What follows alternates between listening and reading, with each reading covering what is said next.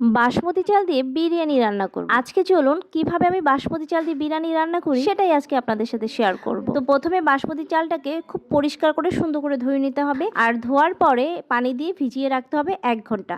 রান্নার 1 ঘন্টা আগে এই প্রসেসটা আপনারা করে নেবেন। এবার প্রথমে একটি মাটির হাঁড়ির মধ্যে আমি নিয়ে নিচ্ছি 2 কেজি পরিমাণ মুরগির মাংস। মাংসটা ভালো করে ধুয়ে পরিষ্কার করে মাংসটাকে নিয়ে নিব। আর এখন এর মধ্যে দিব আদা বাটা, রসুন বাটা, মরিচের গুঁড়া, লবণ, জিরার বাটা সব মশলা দিয়ে লাস্টে আমি টক দই দিয়ে দিব প্রায় 2 বাটির মতো। টক দইটা কিন্তু অবশ্যই দিবেন। টক দই দেওয়ার পরে এখন আমি দিয়ে নেব রাঁধুনি বিরিয়ানি মশলা। এটা কিন্তু আমি সব সময় ইউজ করি কারণ আমার কাছে এটা অনেক ভালো লাগে। এই তো এবার হয়ে গেল। এবার সবগুলো মশলা দিয়ে আমি সুন্দর করে মাংসটা মাখিয়ে নিব। চমৎকার করে মাখানো হয়ে গেলে এটাকে রেস্টে রেখে দিব 1 ঘন্টার মতো। যদি সময় না থাকে তাহলে আপনি আধা ঘন্টাও রাখতে পারেন। এবার একটা বড় কড়াইতে একটা সসপ্যানের মধ্যে আমি পেঁয়াজ কুচি দিয়ে নিলাম 1 বাটি। পেঁয়াজটা সুন্দর করে বেরেস্তা হয়ে যাওয়ার পরে এই পেঁয়াজের মধ্যে কিন্তু আমি মুরগির মাংসটা ঢেলে দিব। মুরগির মাংসটা দিয়ে সুন্দর করে কষিয়ে রান্না করে নিব। আর এই হাঁড়িটা ধুয়ে অল্প একটু পানি দিয়ে নিচ্ছি, কারণ এই মুরগির মাংসটা রান্না করতে আমার কিন্তু তেমন বেশি পানির প্রয়োজন হবে না। এখন মাংসটাকে ভালোভাবে কষিয়ে নিতে হবে, আর মাংসটা কষানো হয়ে গেলে এই কষানো পানির মধ্যে কিন্তু মাংস রান্না হয়ে যাবে।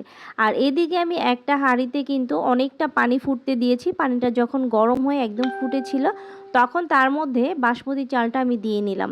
এই পানির মধ্যে বাসমতি চালটা দেওয়ার পরে পানিটা যখন ফুটে উঠবে এবং চালটা আমি মিনিমাম 90% কুক করে নিব, ভাতের মাড়টা ছড়িয়ে নিব আলাদা একটি পাত্রে। এবারে একটি বড় কড়াইয়ের মধ্যে বা আপনারা যেটা বিরিয়ানি রান্না দমে দিতে চান সেটার মধ্যে প্রথমে চালগুলো দিয়ে নিব, তারপরে মাংস দিয়ে নিব, তারপরে আলু দিয়ে নিব, আর আমাদের যে মশলা থাকে মুরগি সেই একটু মশলা দিয়ে নিব। তারপরে হচ্ছে আবার আমি চালটা দিয়ে নিচ্ছি।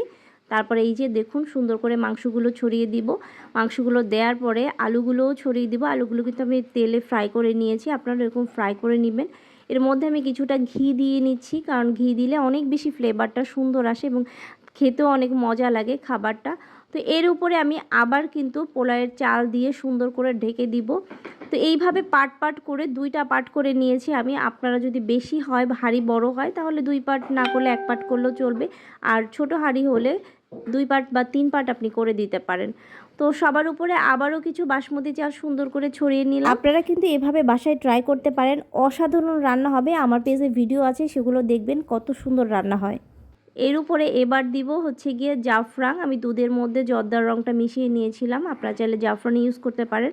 তো এটা সুন্দর করে এইভাবে সাজিয়ে দিয়ে নিচ্ছি। আর এটা দেওয়ার পরে আমরা দিব এর উপরে পেঁয়াজ বেরেস্তা। পেঁয়াজটা আমি আগে বেরেস্তা করে নিয়েছিলাম, এটা লবণ দিয়ে সুন্দর করে মচমচা করে ছিটিয়ে দিলাম, হয়ে গেল।